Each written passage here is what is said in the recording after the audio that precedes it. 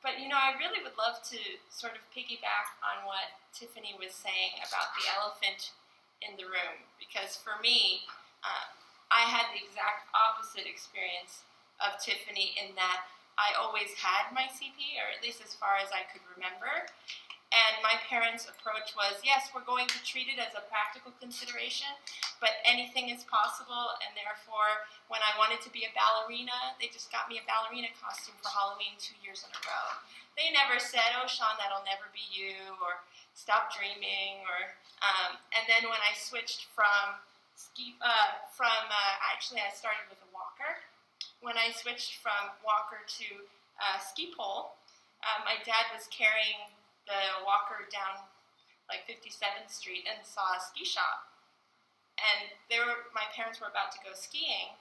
They were like, okay. So she took the walker into this ski place and said, do you think you could add skis to this? And the guy was so touched by what my dad was doing that he actually did it for free. And as a result, I remember being basically pushed down the slopes over and over. And I'm pretty sure that I fell quite a lot and enjoyed every moment of it. But, when I can look back at it now, knowing maybe how other parents might have handled it, I'm very grateful that they were always supportive and yet pushed me to do more. But always made me feel that not only was I enough, but I was special in the best possible way. And I realized that in a way, it made the elephant in the room really tiny, but to the point where I don't know that I even really, in some ways, like if it wasn't practical, like I didn't want to really talk about it. So I never joined disability advocacy groups because I thought that was the obvious thing to do. Here I am walking with these two, in this case, bright pink ski poles, walking around like, this is obvious already. We don't need to necessarily make it more than it is. But I didn't realize that other people with disabilities were having different experiences or struggling with things like body image. I certainly struggled as a girl and a woman and someone going through puberty, but as far as my disability, it was always this ace up my sleeve. I felt like that was the easy part of my life. But I don't think I realized the importance of sharing my story until it happened. So I was a grant writer for a theater in New York about 2 years after college. And 6 months into grant writing for them, they said, hey, by the way, would you like to write a monologue and be in our next show? And the topic was faith, which was really difficult for people. So it ended up being once a month we would submit for about 2 years. But for some reason, every time I would go to write, I'd write about my body.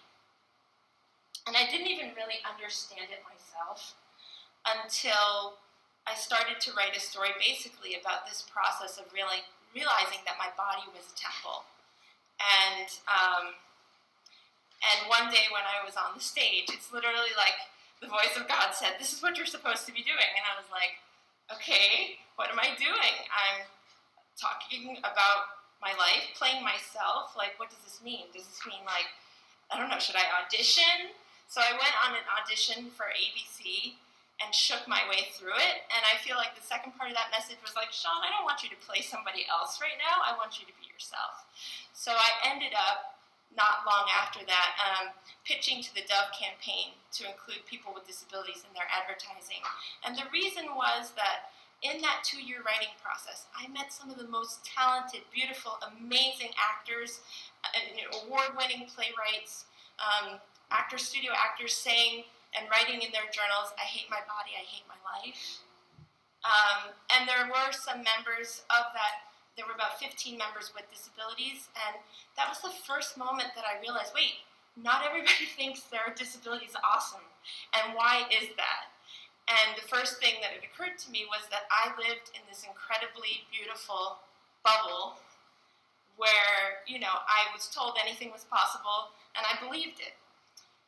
So it made me realize that having parents and a supportive school system and all the supports that we can was really important in becoming the fullness of who we are. So it's interesting, in this process, of realizing the importance of my story, I grew that elephant. I want that elephant as big as possible now in my life, which is really strange if you think about how it started out. It was like the smaller the better in the beginning, not because I had any shame around the disability, but for me it was more important as a person to show that with a disability you can have a thriving, beautiful life.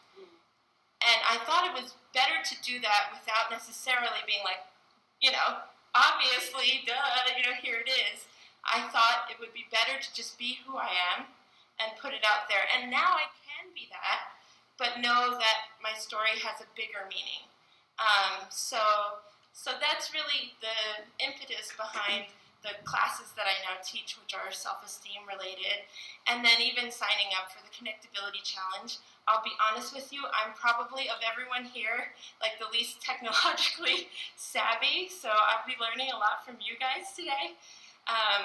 But to know that my story mattered enough for this challenge to represent other people that may have their hands full and walking, or other people that have CP in this way, was really like an honor for me. And so my life has really expanded the bigger that I've let that elephant become, if that makes sense. So